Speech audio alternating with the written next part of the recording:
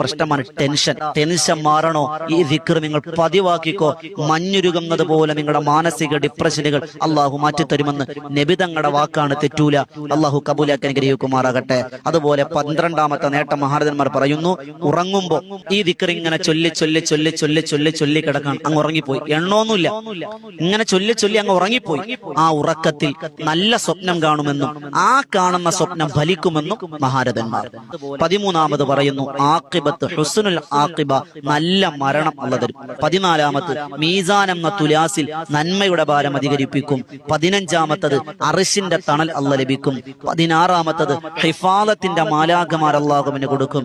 17ാമത്തത് അള്ളാഹുവിന്റെ അതിഥിയായി പ്രത്യേക പരിഗണന കിട്ടിക്കൊണ്ട് മഹ്ശറയിലും മീസാനിലും സിറാത്തിലും എല്ലാം അള്ളാഹുവിനെ പരിരക്ഷ കൊടുക്കുമെന്ന് നബിയുനാ റസൂലുള്ളാഹി സ്വല്ലല്ലാഹു അലൈഹി വസല്ലം. ഏതാണ്?